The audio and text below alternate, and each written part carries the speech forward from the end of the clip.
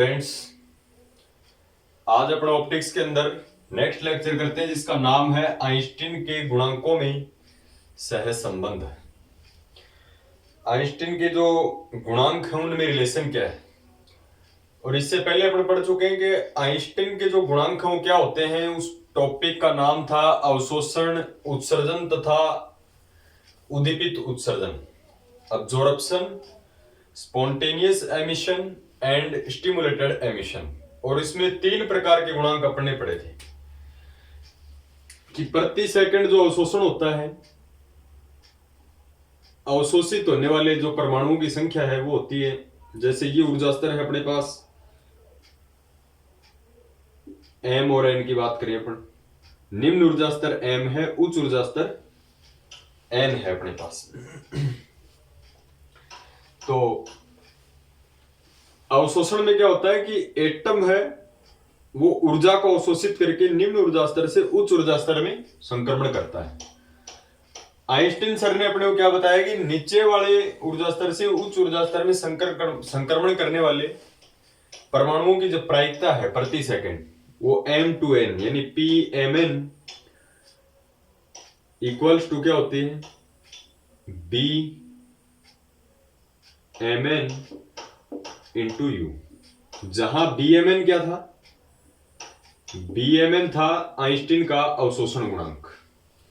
Second अपन बात करें स्वतः उत्सर्जन। उत्सर्जन में क्या होता है कि यहां एटम 10⁻⁸ सेकंड तक रहता है, यानी अपन ये बोल सकते हैं कि एक उच्च ऊर्जा स्तर में किसी भी परमाणु का जीवन काल लगभग 10⁻⁸ सेकंड होता है। उस टाइम के बाद में एटम को ऊपर से नीचे वाली कक्षा में आना पड़ेगा। स्वतः उत्सर्जन में क्या बताया था कि 10⁻⁸ सेकंड के बाद में एटम नीचे आएगा। एटम नीचे आएगा तो प्रति सेकंड संक्रमण करने वाले परमाणुओं की संख्या n/m यानी n से m की ओर आने वाले परमाणुओं की जो संख्या है वो हमेशा कांस्टेंट रहती है, और कांस्टेंट उसने दिया था Anm। यहां Anm क्या था, स्वतः उत्सर्जन गुणांक। थर्ड अपन ने स्वतः उत्सर्जन के साथ साथ में एक उद्दीपित उत्सर्जन होता है, यानी कोई भी कक्षा के ऊपर फोटोन आपतित होता है तो जरूरी नहीं कि फोटोन का अवशोषण हो, वो फोटोन नए फोटोन भी उत्सर्जित कर सकता है। और प्रति सेकंड उत्सर्जित होने वाले परमाणुओं की जो संख्या है वो अपने लिखी थी P n से m की तरफ आएगा, वो होती है Bnm इंटू यू। Bnm क्या था, उद्दीपित उत्सर्जन गुणांक कहलाता है। तो अपने पास आइंस्टीन के जो गुणांक है उनमें अपन संबंध पढ़ रहे हैं कि आइंस्टीन के गुणांकों में सहज संबंध। तो आइंस्टीन के गुणांक अपन पढ़ते हैं तीन प्रकार के लेजर की यूनिट में। एक होता है Bmn जो अवशोषण गुणांक कहलाता है, एक Anm जो स्वतः उत्सर्जन गुणांक कहलाता है, एक होता है Bnm जो कहलाता है उद्दीपित उत्सर्जन गुणांक। तो Bmn, Anm और Bnm इन तीनों में आपको संबंध देखना है, और वो संबंध ही क्या कहलाएगा, आइंस्टीन के गुणांकों में सहज संबंध। आइंस्टीन के गुणांकों में सहज संबंध चेक करने से पहले अपने को तीनों चीजों का पता होना चाहिए कि Bnm क्या है, Anm क्या है और Bmn क्या है। तो इन तीनों चीजों के अंदर अपन रिलेशन देखेंगे। सबसे पहले अपने पास जैसे दो कक्षाएं होती हैं, एक निम्न ऊर्जा स्तर को अपन m से लिखते हैं, ऊपर वाली कक्षा को अपन n से लिखते हैं। अपन मान लें कि निम्न ऊर्जा स्तर जो m है उसमें परमाणुओं की संख्या nm है, और उच्च ऊर्जा स्तर जो n है उसमें परमाणुओं की संख्या अपन मान लें nn है। तो सबसे पहले अपन मान लेते हैं, माना mवीं तथा nवीं ऊर्जा स्तर में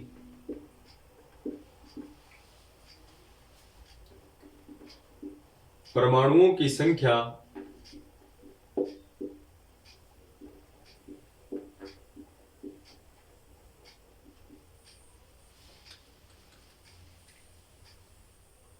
क्रम से पहले एमवीए है तो एमवीए में अपन मान लें n, परमाणु संख्या को n से लिख दें, और एमवीए ऊर्जा स्तर की बात कर रहा है तो नीचे लगाता हूं मैं m, यानी एमवीए ऊर्जा स्तर में परमाणु की संख्या nm तथा nवें ऊर्जा स्तर में परमाणु संख्या है nn है। अपने पास दो ऊर्जा स्तर होते हैं, एक mवां जो निम्न ऊर्जा स्तर है और एक ऊपर वाला nवां जो उच्च ऊर्जा स्तर है। उसमें परमाणुओं की संख्या बेचारे में अपन ने मान ली, एक में nm और एक में अपन ने मान ली nn। अब क्या होता है, hν ऊर्जा का एक फोटोन इन कक्षाओं के ऊपर अपन गिरवाएंगे। जैसे ये अपने पास कक्षाएं हैं, एक mवीं ऊर्जा स्तर है, एक nवां ऊर्जा स्तर। इसके ऊपर hν ऊर्जा का अपन फोटोन गिरवाएंगे। एक फोटोन की एनर्जी होती है भाई hν। ये hν ऊर्जा का फोटोन इन कक्षाओं के ऊपर अपन गिरवाएं तो ये hν ऊर्जा को क्या करेगा, जो इसके एटम है इन कक्षाओं के अंदर जो परमाणु है वो इस hν ऊर्जा को अवशोषित करके निम्न ऊर्जा स्तर से उच्च ऊर्जा स्तर में संक्रमण करेंगे। इसको बोलते हैं अपन अवशोषण।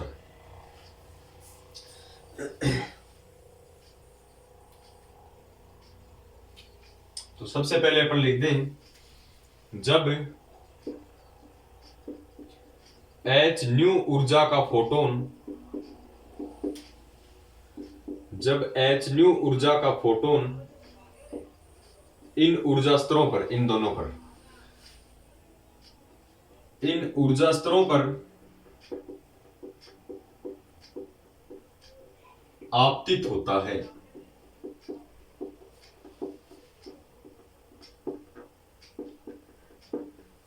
hν ऊर्जा का फोटोन इन ऊर्जा स्तरों पर आपतित होता है तो क्या होगा, इन ऊर्जा स्तरों के अंदर जो परमाणु हैं वो इस ऊर्जा को क्या करेंगे, अवशोषित करेंगे। होता है तब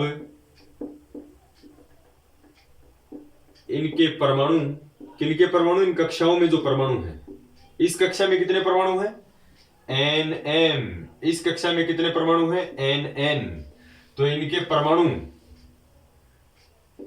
इस ऊर्जा को, कौन सी ऊर्जा को, फोटोन की जो एनर्जी है hν, इस ऊर्जा को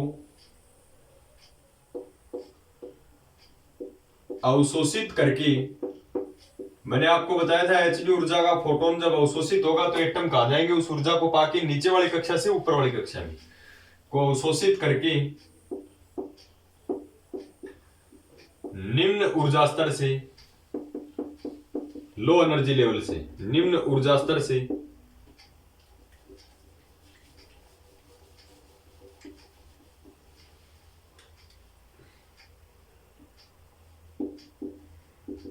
उच्च ऊर्जा स्तर में संक्रमण करते हैं।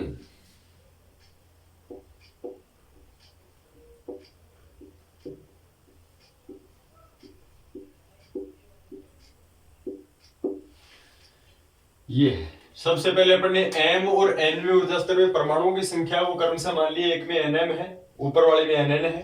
hν ऊर्जा का फोटोन इन ऊर्जा स्तरों पर आपतित होता है तब इनके परमाणु इस ऊर्जा को अवशोषित करके निम्न ऊर्जा स्तर से कहा जाएंगे, उच्च ऊर्जा स्तर में संक्रमण करते हैं।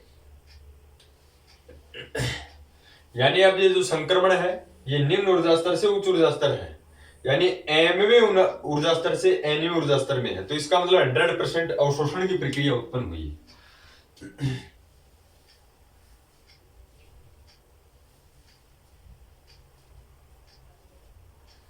तो सबसे पहले अपन निकालें, अतः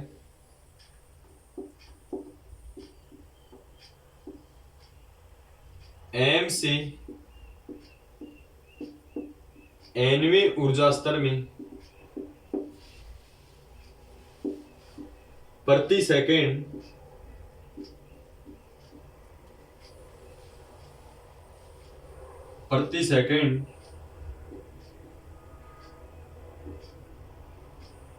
संक्रमण करने वाले, प्रति सेकंड संक्रमण करने वाले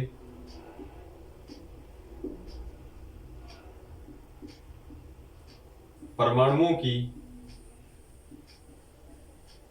संख्या mवें ऊर्जा स्तर से nवें ऊर्जा स्तर में प्रति सेकंड संक्रमण करने वाले परमाणुओं की संख्या। परमाणुओं की संख्या को मैं लिख देता हूं r, और कहां से कहां, नीचे वाली ऊर्जा स्तर से ऊपर वाली ऊर्जा स्तर में, यानी m से n। r का मतलब 1 सेकंड में कितने परमाणु है वो नीचे वाली कक्षा से ऊपर वाली कक्षा में संक्रमित करते हैं, यानी अवशोषण की प्रक्रिया में। mn rmn का r का मतलब परमाणु की संख्या है, mn का मतलब है m से n की ओर जाने वाले परमाणुओं की संख्या,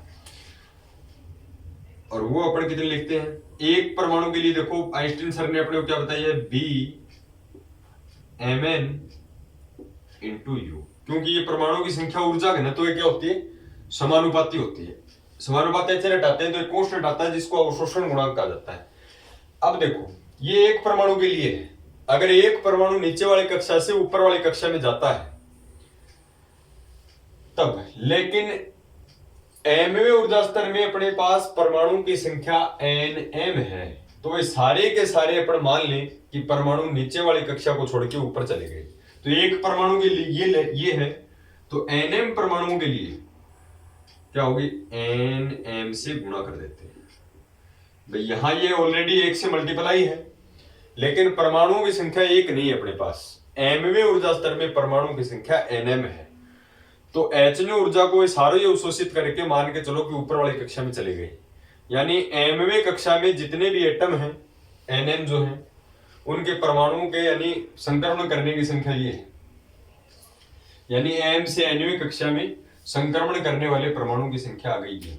इसको अपन बोल देते हैं इक्वेशन फर्स्ट। ये तो होता है अवशोषण की प्रक्रिया में। यहां nm का ध्यान रखना, nm है mवें ऊर्जा स्तर में परमाणुओं की संख्या। लेकिन अब बात करें, ये जो एटम है ये उच्च ऊर्जा स्तर में केवल 10 की पावर -8 सेकंड तक ही रहेंगे, उसके बाद में ये पुनः क्या करेंगे, अपने मूल ऊर्जा स्तर में संक्रमण करेंगे। तो उत्सर्जन जो होता है वो मैंने आपको बताया था कि 2 तरीके से होता है, एक होता है स्वतः उत्सर्जन और एक होता है उद्दीपित उत्सर्जन। अब अपन चेक करेंगे कि स्वतः उत्सर्जन में संक्रमण करने वाले परमाणुओं की संख्या कितनी होगी और उद्दीपित उत्सर्जन में प्रति सेकंड संक्रमण करने वाले परमाणुओं की संख्या कितनी होगी, ये अपन डिस्कस करेंगे।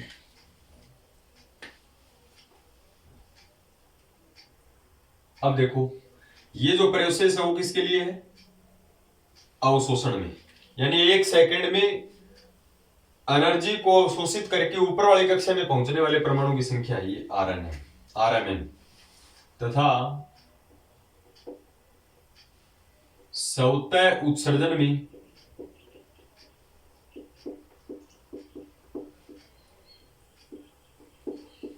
प्रति सेकंड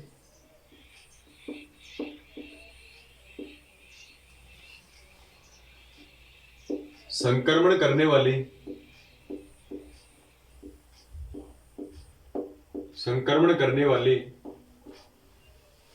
परमाणुओं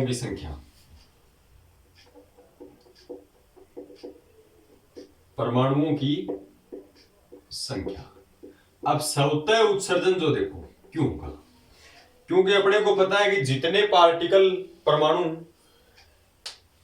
अवशोषित हुए हैं उतने ही पार्टिकल क्या होंगे, उत्सर्जित भी होंगे। कितने टाइम बाद में, 10 की पावर -8 सेकंड बाद में।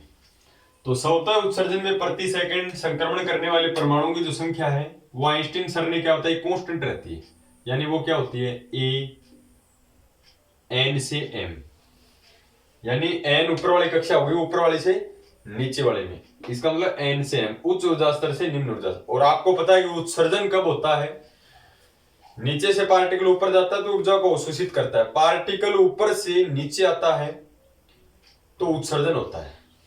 ये 10 की पावर -8 सेकंड तक इतने एटम ऊपर वाली कक्षा में रहेंगे, लेकिन 10 की पावर -8 सेकंड के बाद में ये सारे के सारे जो एटम हैं वो नीचे आएंगे।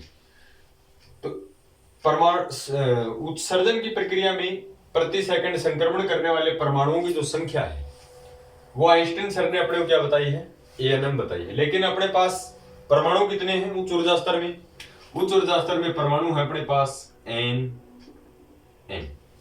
तो ये सारे के सारे परमाणु उच्च ऊर्जा स्तर से निम्न ऊर्जा स्तर में संक्रमण करेंगे। सिमिलरली इसी प्रकार एक होता है उद्दीपित उत्सर्जन। इसी प्रकार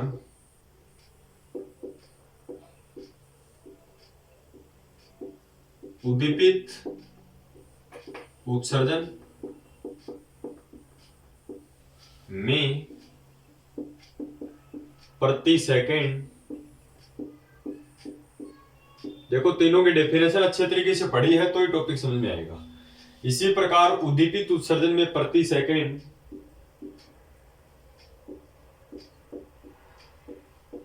संक्रमण करने वाले परमाणुओं की संख्या, वो आइंस्टीन सर ने क्या बताई थी उद्दीपित उत्सर्जन में, ऊपर से नीचे आते हैं, उत्सर्जन हो गया तो ऊपर से नीचे, यानी एन से एम की ओर, वो होता है बी एन एम इंटू ऊर्जा घनत्व है। खाली ये कांस्टेंट रहता है, बाकी दोनों ऊर्जा घनत्व की समानुपाती।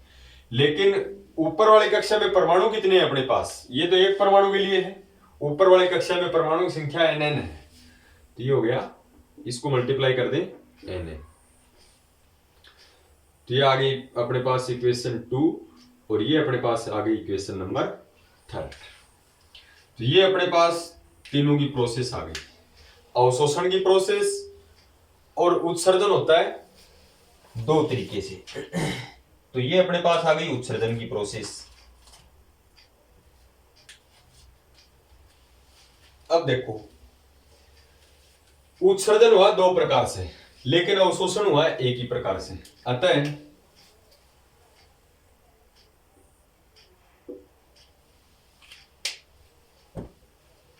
अपन बात करें, अतः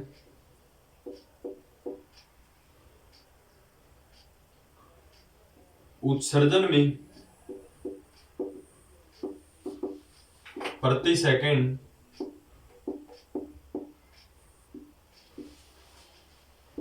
संक्रमण करने वाले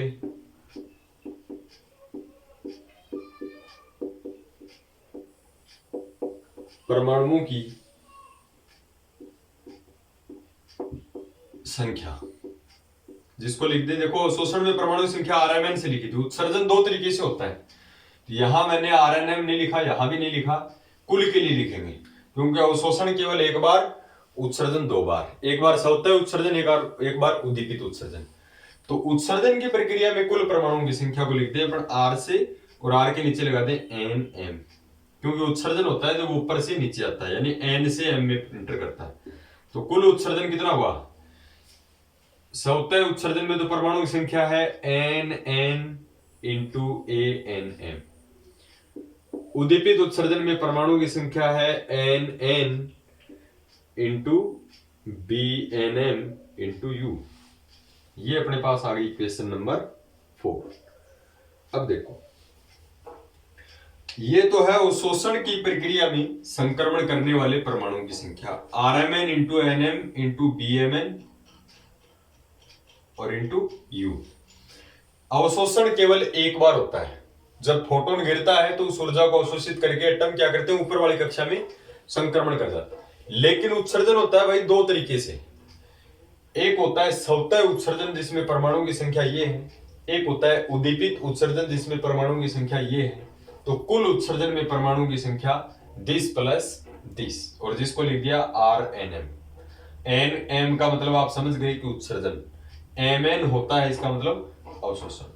तो अवशोषण तो इतने हुए पार्टिकल, लेकिन उत्सर्जित उतने हुए, और लेजर की प्रोसेस यही कहती है कि उत्सर्जित ज्यादा क्यों हुए। आपको पता है कि एक फोटोन जरूरी नहीं है कि वो अवशोषित ही हो, वो नए फोटोन भी उत्सर्जित कर सकता है। तो ये अपने पास उत्सर्जन है और ये अपने पास है अवशोषण है। अब देखो संतुलन की अवस्था में जितने पार्टिकल अवशोषित हुए हैं उतने पार्टिकल ही उत्सर्जित होने चाहिए। अपनी फिजिक्स क्या कहती है कि जितने पार्टिकल नीचे वाली कक्षा से ऊपर वाली कक्षा में गए थे उतने ही पार्टिकल 10 की पावर -8 सेकंड के बाद में ऊपर वाली कक्षा से नीचे वाली कक्षा में आने चाहिए। इसको बोलते हैं साम्यावस्था, इक्विलिब्रियम कंडीशन। तो साम्य अवस्था में तो अपन ये कहेंगे कि जितने एटम नीचे से ऊपर गए हैं उतने ही पार्टिकल ऊपर से नीचे आने चाहिए 10⁻⁸ सेकंड के बाद में। लेकिन लेजर की एक काफी अच्छी प्रोसेस है कि जरूरी नहीं कि नीचे से ऊपर जाए पार्टिकल उतने 10⁻⁸ सेकंड बाद में वापस उतने तो आएंगे, साथ में नए फोटोन निकल के और भी आ सकते हैं। यानी एक फोटोन क्या करते हैं, नए फोटोन भी उत्पादित कर सकता है, ये फोटोन की पावर है। तो संतुलन की अवस्था में अपन जितने अवशोषण हुए हैं उतने ही उत्सर्जित होंगे, ये अपन लिखेंगे।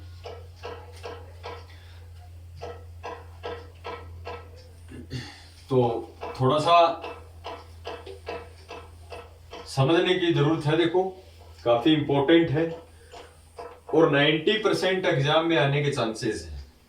पीछे के अपन पुराने पेपर उठा के देखें तो आइंस्टीन के गुणांकों में संबंध जो है वो 5 नंबर के अंदर क्वेश्चन अपने से पूछता है। ये तो इसकी थ्योरी थी, अब अपन इसकी मैथमेटिक्स करते हैं। देखो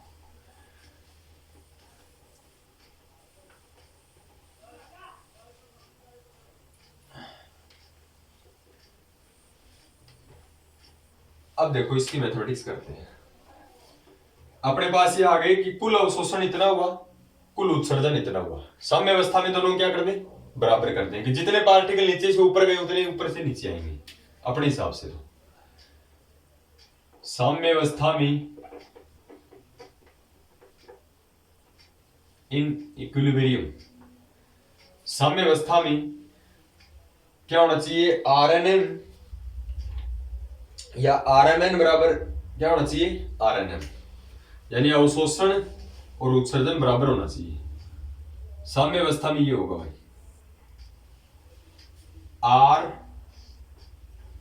RMN, यानी जितना अवशोषण हुआ है उतने ही परमाणु क्या होंगे, उत्सर्जित होंगे। ये अपनी ओल्ड फिजिक्स या क्लासिकल फिजिक्स कहती है। अब इन दोनों की वैल्यू रखें। RMN की वैल्यू अपने पास क्या है, देन दिस इंप्लाइज RMN की वैल्यू है अपने पास NM into BMN into U बराबर RNM की वैल्यू देखो, RNM की वैल्यू ये है, इन दोनों में कॉमन आ रहा है NN, तो NN को मैं बाहर ले लेता हूं। अंदर क्या बचेगा, यहां बचेगा ANM प्लस यहां NN कॉमन ले तो यहां बचेगा BNM इंटू U। ये प्रोसेस अपने पास है, बच गई। अब अपन क्या करेंगे, U वाली टर्म एक तरफ करेंगे और यहां कॉमन नहीं लेते तो भी कोई दिक्कत वाली बात नहीं। देखो यह U की टर्म एक ये है, एक ये है, इसके साथ NN आएगा। लेकिन अब अपन क्या करेंगे, देखो इसमें U और इसमें U कॉमन, इसको इस साइड लेके आएंगे तो दोनों में कॉमन आ जाएगा U। यहां क्या बचेगा, NM into BMN, U common आ जाएगा। ये प्लस का इस साइड में आएगा माइनस, U कॉमन आ जाएगा। यहां क्या बचेगा, NN into BNM, NN into BNM, और बाहर कॉमन कौन आ जाएगा, U। U क्या अभी ऊर्जा घनत्व है, बराबर क्या बचेगा, NN इंटू ANM, ये बचेगा। यहां से अपने को एनर्जी डेंसिटी निकालनी है। अब देखो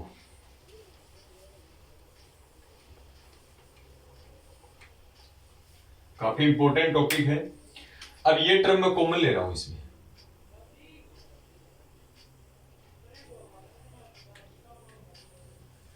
ये NN इंटू BNM है, ये टर्म मैं कॉमन ले रहा हूं इससे। कॉमन लेने का मतलब इन दोनों में इसका भाग लेना, तो यहां से कॉमन ले रहा हूं मैं NN इंटू BNM, और यहां से अपन इसको डिवाइड करेंगे, तो डिवाइड करेंगे तो यहां से आएगा NM इंटू BMN और डिवाइडेड बाय दिस, तो इस इसको कॉमन लेने का मीनिंग है कि दोनों से इसको डिवाइड करेंगे। तो यहां ये टर्म है नहीं, तो इसको डिवाइडेशन करेंगे अपन NM into B M N, और अपॉन में करेंगे N N into B N M, minus यहां क्या बचेगा, ये कॉमन अपन ने कंप्लीट कॉमन लिया तो 1 into energy density U equals to N N into A N M. ये यहां से बचेगा। अपने को यहां से एनर्जी डेंसिटी निकालनी है, यहां से अपन एनर्जी डेंसिटी निकालें तो एनर्जी डेंसिटी है वो किस प्रकार से अपन निकालेंगे, देखो यहां से अपन एनर्जी डेंसिटी निकालेंगे,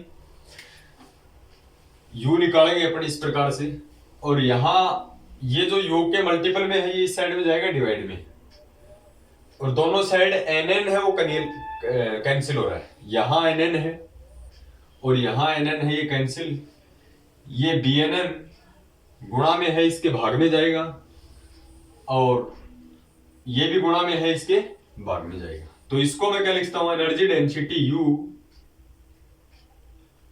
यहां से यू की वैल्यू निकाला तो ये मल्टीपल में इस साइड में डिवाइड में जाएगा, तो यू इक्वल्स टू, यहां केवल ए एन एम बचा, एन एन कटने के बाद में A N M divided by this B N M into N M B M N divided by N N B N M -1, ये बचेगा। यहां से इसको अपन ऐसे भी लिख सकते हैं, we can write u equals to A N M, और ये डिवाइड में है तो इसके डिवाइड में ऐसे लिखता हूं मैं बी एन एम, और डिवाइडेड बाय ये पूरा N M upon N N into B M N divided by B N M -1। इसको ऐसे लिखता हूं, अपन ने क्या किया, इसको डिवाइड में है बी एन एम, तो बी एन एम को यहां लिख दिया अपन ने डिवाइड में, एक ही बात।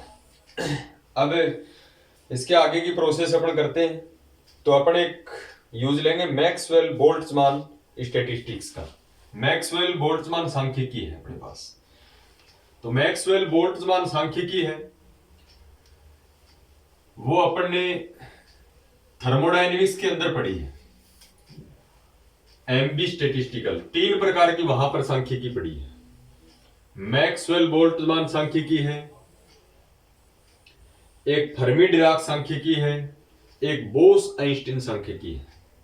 थर्मोडायनेमिक्स के अंदर फर्स्ट चैप्टर के अंदर सांख्यिकी अपन ने वहां पढ़ी होगी, और नहीं पढ़ी होगी तो आपको यहां पर मैक्सवेल बोल्ट्जमान सांख्यिकी का फॉर्मूला ध्यान रखना है। मैक्सवेल बोल्ट्जमान सांख्यिकी क्या कहती है कि किसी भी ऊर्जा स्तर में परमाणुओं की जो संख्या है वो e की power minus E upon K T, यानी H nu by K T की क्या होती है, समानुपाती होती है। यानी यहां पर मैं मैक्सवेल बोल्ट्जमान सांख्यिकी का उपयोग कर रहा हूं। आई होप आपने मैक्सवेल बोल्ट्जमान सांख्यिकी पढ़ी होगी। तो मैक्सवेल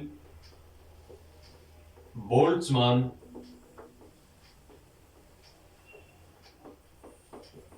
सांख्यिकी से, मैक्सवेल बोल्ट्जमान सांख्यिकी का फॉर्मूला क्या है कि वो बताता है परमाणुओं की संख्या। कौन सी भी सांख्यिकी हो, एटम, नंबर ऑफ एटम्स के बारे में बताती है।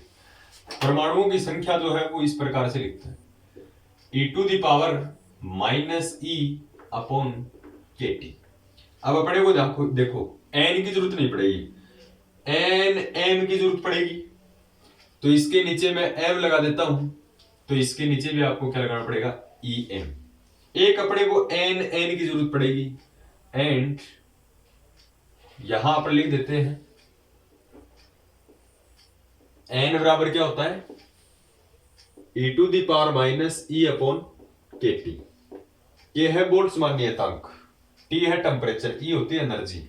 अपने को n चाहिए तो e के नीचे यहां क्या लगाना पड़ेगा, n लगाना पड़ेगा। इसको अपन नेक्स्ट इक्वेशन दे देते हैं, इक्वेशन नंबर 5। आफ्टर दैट अपने को कंप्लीट वैल्यू क्या चाहिए, एनएम अपॉन एनएन, तो एनएम डिवाइडेड एनएन। नाउ अब NM upon NN equals to, NM की वैल्यू कितनी, E to the power minus E M by K T upon NN की value कितनी, E to the power minus E N by K T. ये देखो Maxwell Boltzmann सांख्यिकी का उपयोग किया है। मैक्सवेल बोल्ट्जमान सांख्यिकी होती है एन बराबर ई की power minus E by K T. अपने को एनएम चाहिए तो ई के नीचे अपन एम लगाएंगे, एनर्जी जो है वो एम में ऊर्जा स्तर की एनर्जी की बात कर रहे हैं। अपने को एनएन चाहिए तो एन में ऊर्जा स्तर की बात करता है, तो ई के नीचे एन लगाएंगे। इन दोनों का आपको डिवाइड चाहिए इस फॉर्मूले में, तो इनका डिवाइड करें अपन तो ये वैल्यू आ गई अपने पास। अब इसको मल्टीपल में मैं ऊपर लेके जाऊं तो ये माइनस की पावर प्लस की हो जाएगी, यानी इसको लिखता हूं E to the power minus E M upon K T into, ये पावर प्लस में चली जाएगी ऊपर, E to the power E N by K T.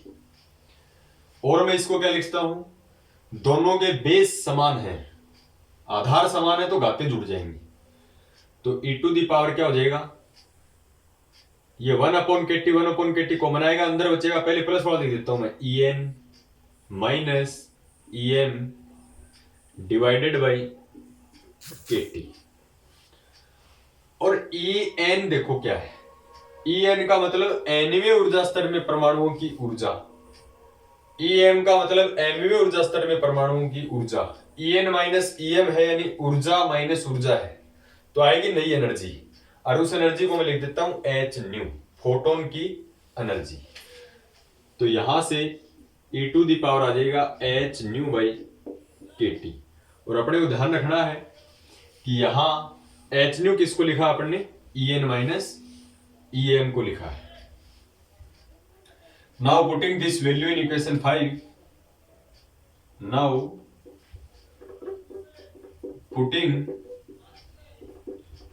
this value in equation 5, equation 5 के अंदर वैल्यू अपन पुट करेंगे तो energy density U equals to ANM divided by BNM upon NM upon NN की वैल्यू अपन क्या रखें, एनएम अपॉन एनएन को सोल्व करने के बाद में अपन ने इसको बनाया E to the power H nu by K T, this is E to the power H nu by K T minus 1। तो अपन ने यहां से क्या किया है, एनएम अपॉन एनएन इनकी वैल्यू पुट की है। इसकी वैल्यू जो है वो अपन ने सोल्व की है वो मैक्सवेल बोल्ट्जमान सांख्यिकी से, और वो वैल्यू कितनी आई थी अपनी, E to the power H nu by K T जो वैल्यू है आई थी। इसको अपन नेक्स्ट इक्वेशन कहीं, और इसके बाद में अपन प्लांक के रेडिएशन लॉ जो है उसका यूज करेंगे। इसको अपन कह देते हैं नेक्स्ट इक्वेशन नंबर 6। अब यहां से अपन प्लांक के रेडिएशन लॉ का यूज करेंगे, प्लांक के विकिरण सूत्र से, by Planck radiation law. Planck के रेडिएशन लॉ से अपन क्या लिखते हैं, प्लांक के रेडिएशन लॉ, प्लांक के रेडिएशन लॉ में फॉर्मूला क्या, एनर्जी डेंसिटी का आपको याद होगा, U into D nu. U जो है एनर्जी डेंसिटी वो न्यू की टर्म होती है, तो U न्यू डी न्यू लिख सकते हैं अपन इसको। एक ही बात है, 8 pi H nu cube upon C cube into में क्या था, E to the power H nu by K T minus 1 और इंटू में था डी न्यू। ये प्लांक का रेडिएशन लॉ है, U न्यू और डी न्यू बराबर 8 pi H nu cube upon C cube into E to the power H nu by K T minus 1। यहां का अपन बहुत से डीवी हटा सकते हैं, तो प्लांक रेडिएशन लॉ ये हो जाएगा। इसको अपन कहते हैं equation number 7। Planck radiation law जो है इसको अपन ने कह दिया इक्वेशन नंबर 7। अब इक्वेशन नंबर 6 और 7 का अपन कंपैरिजन करें। तो इक्वेशन नंबर 6 और 7 का अपन कंपैरिजन करते हैं तो अपने को जो रिजल्ट्स इसके हैं वो क्या क्या रिजल्ट्स अपने को मिलते हैं। देखो, नाउ कंपेयरिंग इक्वेशन 6 एंड 7। तो now comparing equation 6 and 7 compare करेंगे तो एलएचएस दोनों के इक्वल है। प्लांक रेडिएशन लॉ है, ये भी अपने को एनर्जी डेंसिटी देता है। एक अपन ने मैक्सवेल बोल्ट्जमैन स्टैटिस्टिकल का यूज करके अपन ने एनर्जी डेंसिटी कैलकुलेट की है by help of Einstein coefficients. But Planck radiation law अपने को क्या कहता है, एनर्जी डेंसिटी इक्वल टू ये। तो इक्वेशन 6 और 7 का अपन कंपैरिजन करें तो इनके एलएचएस इक्वल है, तो इनके आरएचएस है वो भी क्या होंगे, इक्वल होंगे। तो यहां से ये वाली टर्म देखो e to the power h nu by kt minus 1, इसके पास भी e to the power h nu by kt minus 1, anm upon bnm, anm upon bnm बराबर इसकी वैल्यू क्या है, ये बाकी की जो बच गई वो इसकी वैल्यू है, यानी 8 पाई h new cube upon c cube. This is first result. ये अपने पास एक रिजल्ट आ गया इक्वेशन नंबर 8। एक अपन चेक करें, इसके बराबर तो ये है ही,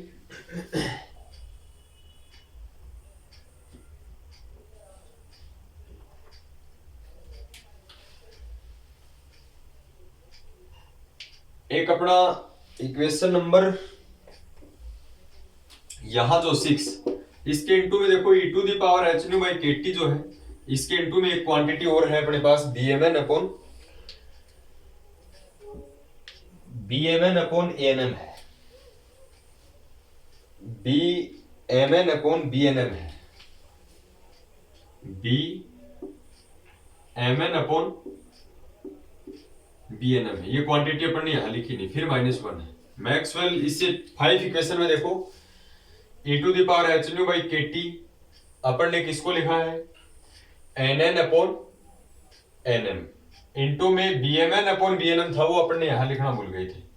तो यहां से bmn bmn अपॉन bnm है ये, तो इसकी वैल्यू इसके बराबर है, anm अपॉन bnm की वैल्यू ये बच गई। अब बाकी बच गया ये, यानी e to the power h nu by kt के इनटू में इक्वेशन 6 में तो है bmn अपॉन bnm, इसको अपन ने थोड़ा सा स्किप कर दिया था, भूल गए थे बीच में ना।